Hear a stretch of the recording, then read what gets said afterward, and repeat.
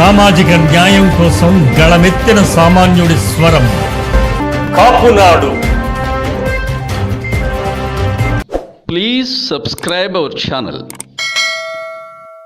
Kapunadu TV వీక్షకులకు స్వాగతం. నేను మీ ఆకుల తిరుమలరావు. సామాజిక న్యాయం కోసం సామాన్యుడి స్వరం మీ కాపునాడు. మంత్రివర్గ విస్తరణ జరిగి రాష్ట్రంలో 4 రోజులకు పైగా అయింది. ఇప్పటి వరకు ఆ మంత్రివర్గానికి సంబంధించి బాధ్యతలు తీసుకోవటమే కానీ ఏ రకమైన కార్యాచరణ చేపట్టలేదనే విమర్శలు కూడా కొన్ని వస్తున్న నేపథ్యంలో ఆ మంత్రివర్గ విస్తరణ కాపులకి ఏ రకంగా ఉపయోగపడబోయింది, ఏ రకంగా నష్టం చేసింది, అసలు ఎలాంటి అభివృద్ధి పదంలో కాపుల్ని వెళ్ళనీయకుండా చేయటానికే కొంతమంది ప్రయత్నిస్తున్నారనేది విమర్శలు కూడా వినబడుతున్నాయి. ఈ నేపథ్యంలో అసలు ఈ విషయంపై చర్చించడానికి కాపునాడు జాతీయ అధ్యక్షులు శ్రీ గాళ్ళ సుబ్రహ్మణ్యం గారు స్టూడియోకి వచ్చున్నారు. స్వాగతం సుబ్రహ్మణ్యం గారు. చెప్పండి సార్, మీకు తెలుసు మంత్రివర్గ విస్తరణ జరిగింది, కొంతమంది కాపులని మంత్రులుగా కూడా తీసుకోవడం జరిగింది. ఈ మంత్రివర్గ విస్తరణ మీద కానీ కాపుల్ని మంత్రివర్గంలో తీసుకొని కాపులకి ఏ రకంగా ఉపయోగపడేలాగా ప్రభుత్వం వ్యవహరించింది, లేకపోతే సీఎం గారు వ్యవహరించారనే విషయం కానీ, లేకపోతే ఇలా చేయటం వల్ల ఏ రకంగా కాపులకి నష్టం అవుతుంది, వీటి మీద మీ విశ్లేషణ ఏంటి? మొదటి నుంచి జగన్మోహన్ రెడ్డి గారి ప్రభుత్వం అధికారంలోకి వచ్చిన నుంచి కాపులకు సంబంధించిన విషయాల వరకు ఏదో ఒక రకంగా అది కాపులకు వ్యతిరేకంగా జరుగుతున్న నిర్ణయాలు ఎక్కువ జరుగుతున్నాయి.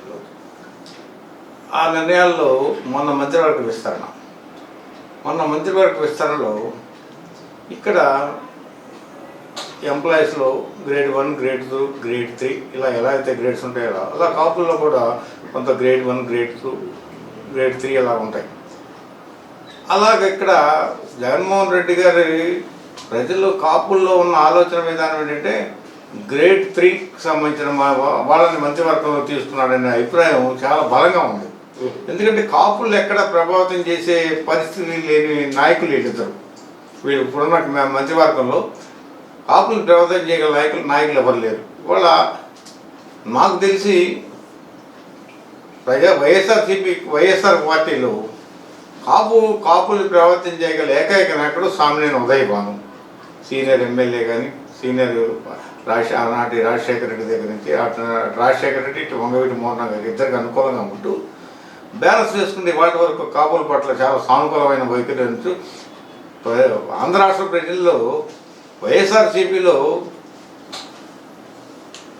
కాపుల పట్ల కాపులకి అందరి వాడని పేరు తెచ్చుకున్న సామినేని ఉదయభానిని మంత్రివర్గంలో తీసుకురాకపోవడం అనేది జగన్మోహన్ రెడ్డి చేసుకున్న ఫస్ట్ తప్పిదం. జగన్మోహన్ రెడ్డి తప్పిదం అనే పక్కన పెడితే తటస్థంగా ఉన్న కాపుల్ని తీసుకెళ్ళి మీరంతా మీ పార్టీ జనసేన పార్టీ అని చెప్పి ఒక తోపు తోసిన పరిస్థితి జగన్మోహన్ రెడ్డి గారు ఈ నిర్ణయంతో జరిగింది. దాని తర్వాత జరుగుతున్న పరిణామాలు ఏంటంటే ఈ తప్పుని ఎలా కవర్ చేసుకుందా అన్న మంత్రాలు జరుగుతున్నాయి. ఆ మంత్రాలు రకరకాల రాయలసీమలో బలిస సామాజిక వర్గానికి చెందిన కాపు బలిజ నాయకుల దగ్గరికి వెళ్ళడం, వాళ్ళని వైసీపీ పార్టీలో చేరాలని కోరటం, దాని మీద రకరకాల ప్రెషర్స్ పెట్టడం ఇవన్నీ జరుగుతున్నాయి. కానీ ఎక్కడ సానుకూలంగా నిర్ణయాలు రావట్లా. ఇక్కడ రెండోది ఏంటంటే ఇటీవల జరిగిన మంత్రివర్గ విస్తరణ తర్వాత జగన్మోహన్ రెడ్డి గడప గడపై వైఎస్ఆర్ పార్టీ అనే ఒక స్లోగన్తో వెళ్తుంటే పబ్లిక్లో చూసిన రియాక్షన్, ఆ రియాక్షన్ చూసి కాపులు కూడా కాపు నాయకులు కూడా వైసీపీకి అనుకూలంగా ఉన్న నాయకులు కూడా చాలామంది ఒక ఆలోచనలో పడ్డారు. ఇదేంటి మనం ఇప్పుడు దాకా అని రానున్న రోజుల్లో ఒక కొత్త వరవడికి కాపులంతా నాంది పలకాలని చెప్పి క్యాప్షన్ మార్చినట్టున్నారండి. గడప గడపకి వైఎస్ఆర్సీపీ కాకుండా గడప గడపకి ప్రభుత్వం అన్నట్టుగా మార్చినట్టున్నారండి. ఎన్ని స్లోగన్స్ పెట్టినా నెగిటివిటీని పెట్టారంటారా? ఎన్ని స్లోగన్స్ పెట్టినా కాన్సెప్ట్ అయితే ఒకటే. ఏంటంటే ఇక్కడ ప్రతిదీ ప్రజా ఆకర్షణ పథకాలు అనే పేరు మీద ప్రజలను మోసం చేయడమే తప్ప ముఖ్యంగా కాపులు మోసం చేయటమే తప్ప ఈయన ఇంతవరకు కాపులు చేసింది ఏమీ లేదు. ఇప్పుడు మాటగా వస్తుందండి, ప్రజాకర్షణ పథకాల పేరుతో ప్రభుత్వం చాలా ముందుకెళ్తుంది. నవరత్నాలని కావచ్చు, ఇంకేతరత్ర వైఎస్ఆర్ దేవుని, జగనన్న దేవుని కావచ్చు, ఇటువంటివన్నీ. వీటి వల్ల మాకు చాలా అద్భుతమైన ప్రతిస్పందన ఉంది, మాకు మద్దతు ప్రజల్లో చాలా పెరిగింది ఇంత ముందుకన్నా అని చెప్పుకుంటున్న ఈ ప్రభుత్వం దాంట్లో కాపులకు కేటాయించిన పర్సంటేజ్ అంతా, అసలు కాపులకు ఏ రకంగా ఈ పథకాలు ఉపయోగపడుతున్నాయి, వీటి మీద మీరు ఏం చెప్పగలరండి? నిజమెంత అసలు ఇందులో? అంటే ప్రజాకర్షణ పథకాల పేరు మీద వాళ్ళకున్న ప్రభుత్వం అధికారంలో ఉంది కాబట్టి, వాళ్ళకు అనుకూలమైన మీడియా, వాళ్ళకు అనుకూలమైన యంత్రాంగం, ప్రతి వాళ్ళు తిరగబడే మనస్తత్వం ఉండదు. అంటే వెయిటింగ్ ధోరణితో ఆలోచిస్తూ టైం వచ్చినప్పుడు వాళ్ళు చేయాల్సిన పని వాళ్ళు చేస్తారు. అంతేకాని అందరూ రోడ్ల మీద బరితెక్కించి రోడ్డు మీదకి వచ్చి, ఎందుకంటే గత అనుభవాలు చూసాం మనం. గత అనుభవాలు దృష్టిలో పెట్టుకొని ఇప్పుడు వాళ్ళు వేచి చూసే ధోరణిలో ఉన్నారు. చూసి టైంకి చేస్తారు. గత ప్రజాకర్షణ పథకాలు అనేది అతను 100%లో మనకి 4-5% వరకే ఎవరికైనా లబ్ధి ఉంటుందంటే అది ఊరికనే పేపర్ పబ్లిసిటీ తప్ప ఇంకోటి కాదు. అది ముఖ్యంగా కాపుల సంగతి చూస్తే కాపు నేస్తం పథకంలో పెట్టారు. కాపు నేస్తం పథకం 45 ఏళ్ళు దాటిన మహిళలకి, 60 ఏళ్ళు లోపు ఉన్న మహిళలకి కాపు నేస్తం పథకం ఇస్తారు. అది చాలా చోట్ల రాష్ట్ర వ్యాప్తంగా మాకున్న నెట్వర్క్లో కానీ, రాష్ట్ర వ్యాప్తంగా ఉన్న మా కార్యకర్తలు కానీ వీళ్ళు ఇచ్చే రిపోర్ట్ ప్రకారం ఏంటంటే 100 మంది అప్లై చేస్తే దాంట్లో 15-20 మంది లోపే ఈ పథకాలు అందుతాయి. అది కూడా ఏంటంటే వాళ్ళు కూడా వైసీపీ నాయకత్వంలో ఉన్న వాళ్ళని సవర్థిస్తే కానీ ఆ పథకాలు అందట్లేదు. గ్యారంటీగా వైసీపీకి మద్దతుగా ఉన్నారు ఈ కుటుంబీకులు అంటేనే వాళ్ళకి ఇస్తున్నారు, ఆ పథకాలు వస్తాయి. అక్కడ ఎంతకంటే ముఖ్యం ఏంటంటే ఆల్మోస్ట్ వాళ్ళు కాపు కార్పొరేషన్ అనేది నిర్వీర్యం చేశారు. నిర్వీర్యం చేసి దాంట్లో ఉన్న ఏ పథకాలు అమల్లోకి రావట్లేదు. అది ఒకటే కాకుండా కాపు కార్పొరేషన్ కార్యాలయం విజయవాడలో ఒక మంచి స్థానికంగా ఒక మంచి సెంటర్లో, అంటే అందరికి అందుబాటులో ఉండే సెంటర్ ఉండే కార్యాలయాన్ని తీసుకెళ్ళి ఎక్కడ మారుమూల ప్రాంతాల్లో జగన్మోహన్ రెడ్డి ఇంటి పైన వెనకాల ఎక్కడ ఉందో ఒక ఎవరికి కనబడిన ప్లేస్లో కార్యాలయం ప్రారంభించారు. అలాగే ఇక్కడ అసలు కాపు కార్పొరేషన్ ఆల్మోస్ట్ వాళ్ళు మనకి అది చచ్చిపోయిన శవలాగే ఉంది. ఇప్పుడు దాని విషయం వద్దాం సార్. ఇప్పుడు అదే కాపు కార్పొరేషన్కి సంబంధించి ఆయన హామీ ఇచ్చారు ఎలక్షన్కి వెళ్ళక ముందు 2019లో సంవత్సరానికి 2,000 కోట్ల రూపాయలు నేను కాపు కార్పొరేషన్కి ఇస్తాను, వాటి నుంచే మీకు ఎన్నో రకాల ఉపయోగాలు పొందొచ్చు అని చెప్పేసి ఆయన అడగటం జరిగింది. హామీ ఇవ్వటం జరిగింది.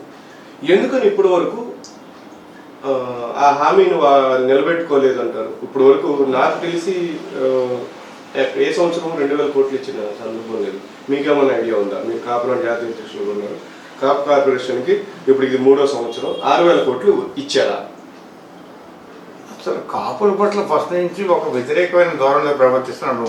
ఏదో ఎలక్షన్స్ హామీ మేరకు ఇచ్చే తప్ప ఇక్కడ కూడా మీరు ఒక జగన్మోహన్ రెడ్డి గారి తెలివితేటలను మనం ఒకసారి మీరు గుర్తు చేసుకుంటే బడ్జెట్లో కేటాయింపులు ఉంటాయి. బడ్జెట్లో కేటాయింపులు ఉంటాయి కానీ ఫండ్ రిలీవ్ అవ్వదు. ఒకవేళ రిలీవ్ అయినా అది అదర్ పథకాలు 4 పథకాలు చూపించి దీంట్లో లింక్ చేసి, అంటే బడ్జెట్లో అమౌంట్ వచ్చినా రాని పరిస్థితి.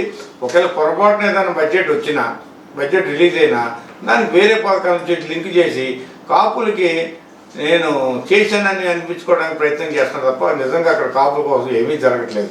అలాగే ఒక కాపు పథకాలే కాదు, ఆఫీసెస్లో పోస్టింగ్లు కానీ. ఇప్పుడు పథకాలు వేరు, కాపు కార్పొరేషన్ సంబంధించిన ప్రత్యేక కార్యక్రమం అది. కాపు కార్పొరేషన్ అంటే సెపరేట్ డిపార్ట్మెంట్. ఇక్కడ మీకు పథకాలకి వీటికి ఎట్లా లింక్ పెట్టారనేది ఇక్కడ క్వశ్చన్. ఇక్కడ ఏంటంటే పథకాలు కాపు నేస్తం అనేది ఒక పథకం. ఆ పథకాన్ని తీసుకొచ్చి దాని కేటాయింపు అంతా కాపు కార్పొరేషన్ ఇచ్చారు. అది చాలా రాంగ్. దాన్ని పోనీ అది కాపు నేస్తం అనేది ఒకదే ఇచ్చారంటే అదర్ బీసీలకి సంబంధించిన స్కీమ్ కూడా దాంట్లో ఇన్వాల్వ్ చేస్తారు.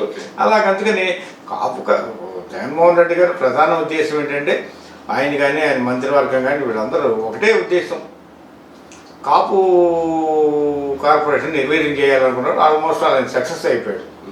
ఇవాళ ఏంటంటే మా కాపు కార్పొరేషన్ చైర్మన్ కూడా ఉన్నాడు. ఆయన ఏంటంటే రోజు ఆఫీస్కి వెళ్ళడం రావడం తప్ప ఇంక 2 నెలల శాలరీ తీసుకోవడం తప్ప వేరే పని ఏం లేదు. ఇంకా ఆయన రకరకాల యాక్టివిటీస్ ఉన్నాయి కాబట్టి ఆయన గురించి మనం పెద్దగా మాట్లాడుకోవాల్సిన విషయం కూడా ఏం కాదు. అంటే ఇప్పుడు కాపు కార్పొరేషన్ ఆఫీసు సిటీలో అందరికీ అందుబాటులో ఉంటే అందరూ కూడా ఇక్కడికి వచ్చి అడుగుతూ ఉంటారు, ఎక్కువ మంది మూవ్మెంట్ ఉంటుంది కాబట్టి మనకున్న ప్రదేశంలో మనమున్న ప్రదేశంలో పెట్టుకుంటే అక్కడ పోలీస్ పహారా ఉంటుంది, కాస్త సెక్యూరిటీ ఉంటుంది, జనాలు ఎక్కువ మంది రావడానికి భయపడతారు అన్న ఉద్దేశంతో అక్కడ మార్చారంటారు ఇప్పుడు ఆఫీసు. తప్పకుండా అంటే కాపుల్లో వ్యతిరేకత వాళ్ళు ముందే గ్రహించారంటారా? డెఫినెట్గా కాపుల్లో వ్యతిరేకత నా పట్ల ఉంటుంది కాబట్టి అదే ఆయన దూరంగా తీసుకెళ్ళిపోయారు. అంటే అందుబాటులో లేని కాపు కార్పొరేషన్ కాపులు అందుబాటులో లేకుండా చేశారు. ఓకే, కనీసం ఆఫీస్ చూడటానికి కూడా లేకుండా చేశారు. Okay, very good. సరే, ఇప్పుడు ఇవన్నీ చూస్తుంటే సపోజ్ ఇప్పుడు అంబటి గారు, బొత్స గారు అంటే వీళ్ళు చెబితే కాపులు ప్రభావితం కారంటారా ఎక్కడా కూడా? మీకు మొదట్లోనే దాడిశెట్టి రాజా గారు కావచ్చు, ఇంకో మంత్రి గారు, మీకు మొదట్లోనే చెప్పాను, బొత్స సత్యనారాయణ అనేది కాపులకి బొత్స సత్యనారాయణకు ఒక మిత్ర సంబంధమే తప్ప, తూర్పు కాపులు అనే వాళ్ళు మిత్ర సంబంధమే తప్ప కాపుల్ని ప్రభావితం చేసే పరిస్థితి బొత్స సత్యనారాయణకి లేదు.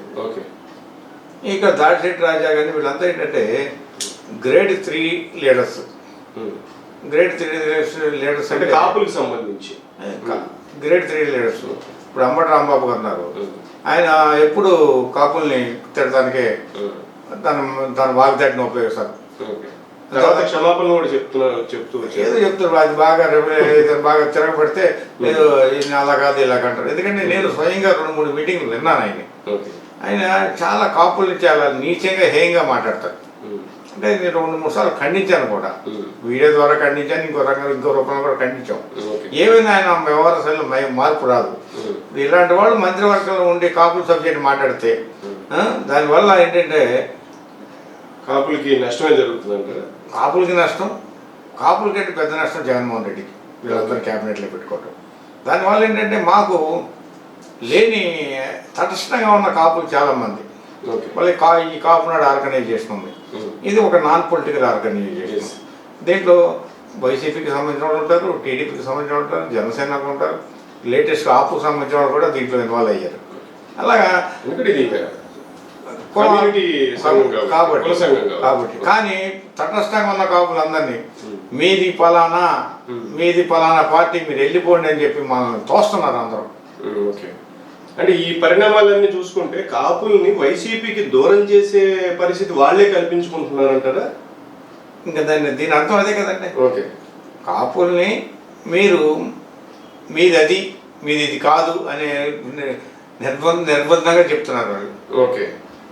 అందుకని ఇప్పుడు చూడండి ఇవాళ అంటే ఇక్కడ మీకు ఇంకో చిన్న విషయం అండి, వీళ్ళు ఏ రకంగా దూరం చేసుకుంటున్నారనే విషయం పక్కన పెడితే ఇవన్నీ కూడా దూరం అయ్యే పరిస్థితి కనబడుతున్నాయి మీరు చెప్పిన ప్రకారం, లేకపోతే జరుగుతున్న సిచ్యువేషన్స్. ఇది పథకాల రూపాయన ఎక్కువ మందికి ఇవ్వకపోవడం, 20% మెంబర్స్కి ఇవ్వడం, లేదంటే కాపు కార్పొరేషన్ పరిస్థితి, దయనీయమైన కాపు కార్పొరేషన్ పరిస్థితి.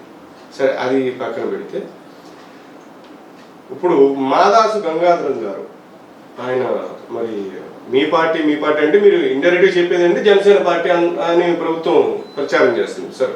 అలా చూసుకున్నా కూడా మాజీ ఎమ్మెల్సీ అండ్ మన పవన్ కళ్యాణ్ గారికి బంధువు కూడా ఆయన రీసెంట్గా అంటే ఇటీవల 2-3 రోజుల ముందు వైసీపీ పార్టీలో జాయిన్ అయ్యారు. దీన్ని ఏ రకంగా, ఈ పరిణామం ఏ రకంగా చూసుకోవచ్చు?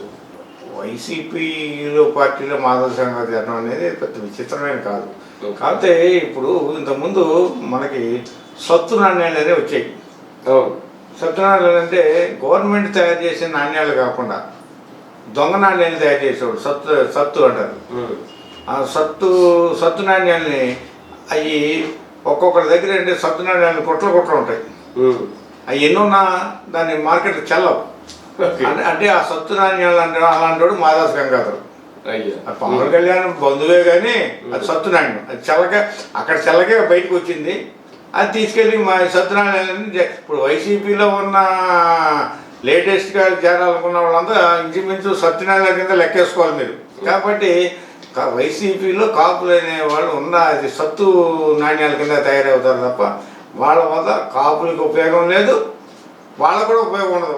ఎందుకంటే జగన్మోహన్ రెడ్డి వైసీపీలో ఉన్న కాపులు సత్తు నాణ్యాలు సత్తు నాయకులు అంటే ఎందుకు ఉపయోగం లేని నాయకులు, అటు పార్టీకి కానీ ఇటు కులానికి కానీ అంతే. ఓకే. సరే, ఆ విషయం పక్కన పెడదాం సార్. ఇప్పుడు విదేశీ విద్యకి కూడా ఆయన ఈ మధ్యన పాత ప్రభుత్వ హయాంలో కొంతవరకు పెండింగ్ ఉన్నాయనేసి ఈ మధ్యన మేము రిలీజ్ చేసాం ఫండ్స్, వీళ్ళకి ఇస్తున్నాం, అప్లై చేసుకోమని కూడా చెప్పారు. అవి ఇచ్చిన మాట వాస్తవమేనా? ఫ్రెష్గా ఏమన్నా కొత్తగా ఇస్తున్నారా? అసలు కాపులు కానీ కాపు పిల్లలు కానీ చదువుకోవడం అనేది జగన్మోహన్ రెడ్డి గారికి ఇష్టం లేదు. ఓకే. ఏదో ఒక రూపంగా దాన్ని ఆ వేడిని తగ్గి చల్లార్చాలనే ఉద్దేశంతో రకరకాల ప్రయత్నాలు, మళ్ళీ ఫ్రెష్గా ఎవరెవరికి లోన్ రాలేదు అప్లై చేసుకోండి, మళ్ళీ కొత్తగా ఇస్తాం అని చెప్పి ఉన్నాయి. ఇది నేను చైర్మన్ నాకు కొద్దిగా టచ్లోనే ఉంటాడు, కాపు కార్పొరేషన్ చైర్మన్. ఆయన చాలా రెండు నాకంటే చిన్నవాడు 2-3 సార్లు అడిగారు ఏంటి ఏర్పాటు చేసాం అంటే, అదిగో నేను జగన్మోహన్ రెడ్డి గారు రిలీజ్ చేస్తాను, ఇదిగో రిలీజ్ చేస్తానని చెప్పడం పెద్ద రిలీజ్ గురించి అన్నమాట మాట్లాడుతుంది. ప్రచారం కూడా జరుగుతుంది కదా. ప్రచారం అంటే అసలు జగన్మోహన్ రెడ్డి ప్రభుత్వం బతికేది ప్రచారం మీద, వాస్తవాల కంటే ప్రచారం మీద ఎక్కువ. అంటే ఇక్కడ నిజాల కంటే అబద్ధాలు ఎక్కువ. అంటే ఒక సామెత కూడా ఉంది మీకు, నిజం బయటకు వచ్చేసరికి అబద్ధం ఊరంతా తిరిగిద్దని. ప్రపంచంతో తిరుగుతుంది. అలాగే జగన్మోహన్ రెడ్డి గారి వ్యవహార శైలి కూడా ఇంచుమించు ఇలాగే ఉంది. కాపుల పట్ల ఆయన చాలా ఘోరమైన పరిస్థితిని ఎదుర్కొంటాడు. కాపుల పట్ల ఆయన వ్యవహరించే తీరు చాలా ఘోరమైన పరిస్థితిని ఎదుర్కొంటాడు. ఎందుకంటే ఈ రాష్ట్రంలో అత్యధిక జనాభా గల కాపుకులం ఒక నిర్ణాయక శక్తిగా ఉంటుంది రేపు రాబోయే ఎలక్షన్స్లో. సో మీరు చెప్పిన దాని ప్రకారం కాపునాడు జాతీయ అధ్యక్షులుగా మీరు చెప్పిన దాని ప్రకారం ఏంటంటే కాపులకి సంబంధించిన అంటే నవరత్న పథకాలు కావచ్చు, ఇతర పథకాలు కావచ్చు, కాపులకి చేరట్లేదు, 100% చేరట్లేదు. అలాగే విదేశీ విద్య నిధులు రావటం లేదు. కాపు కార్పొరేషన్ ఎందుకు పనికిరాని ఒక సంస్థ కింద వాళ్ళు తయారు చేశారు. కనీసం ఆఫీసు కూడా దగ్గర లేకుండా, కనీసం విజ్ఞప్తులు ఇవ్వడానికి కూడా లేకుండా చేశారు. ఇలాగే మంత్రివర్గ విస్తరణ చేశారు కానీ ఉపయోగం లేని, ఎందుకు అంటే వాళ్ళకి అణిగి ఉండే మనుషులకు మాత్రమే మంత్రులుగా అవకాశం ఇచ్చారని చెప్పేసి మీరు అంటున్నారు. ఈ పర్యవసానం మీద మీరు కాపునాడు తరఫున ఈ రాబోయే రోజుల్లో మీరేమి ఏ రకంగా ముందుకెళ్ళబోతున్నారు ఇటువంటి విషయాల మీద? ఇంతకు ముందు రోజులు కాదు, ఇవాళ ప్రతి మనిషికి ఒక అవగాహన, ఒక ఐక్యత, ఒక సమాచారం, ఒక communication social media, communication system అన్నీ వచ్చింది. ఇవాళ ఏంటంటే ఇవన్నీ ప్రశ్నలు ఇప్పుడు జగన్మోహన్ రెడ్డి వ్యూహం జగన్మోహన్ రెడ్డికి ఉంటే మా వ్యూహం మాకుంటుంది, అలాగే చంద్రబాబు నాయుడు వ్యూహం చంద్రబాబు నాయుడుకి ఉంటే మా వ్యూహం మాకుంటుంది. కాబట్టి ఇవాళ వ్యూహ రచనతోనే ఈసారి ఆవేశపడం, ఆలోచనతో ముందుకెళ్తాం. రేపు ఎవరైతే మీది ఫలానా అన్నారో మాది మీరు నిలబెట్టుకునే ప్రయత్నం చేస్తాం, దాంట్లో సక్సెస్ అవుతాం. రేపు రాబోయే రోజుల్లో కాపులతో సంబంధమైన ఏ ప్రభుత్వం మనుగడ సాగించలేదని చెప్పి నేను గంటపదంగా చెప్పగలను. ఇదండి ఈ విషయం. కాపులకి సంబంధించి ఎటువంటి అభివృద్ధి కార్యక్రమాలు ప్రభుత్వం చేపట్టట్లేదు. ఒకవేళ చేపట్టినా కూడా కేవలం 10-20% మందికి మాత్రమే ఆ పథకాలు అందుతున్నాయని, కాపు కార్పొరేషన్ నిర్వీర్యం చేసే పథకంలో భాగంగానే ఎటువంటి నిధులు ఇవ్వటం లేదని, విదేశీ విద్యని మరుగున పరిచారని చెప్పేసి చెప్తూ త్వరలోనే ఇంతకు ముందులాగా కాపులు ఆవేశంతో కాకుండా ఒక ఆలోచనతో ఒక మంచి బలమైన నాయకునికి మద్దతుగా వెళ్ళడానికి కాపులందరూ ఏకం కావాలని కోరుకుంటున్నారన్నారు. అలాగే మేము ఏకమవటానికే పలు రకాలుగా పదకరసం చేస్తున్నట్టు సుబ్రహ్మణ్యం గారు తెలియజేశారు. ఇది ఈరోజు చర్చా కార్యక్రమం. Thank you. Tirumalarao signing off. Please subscribe our channel.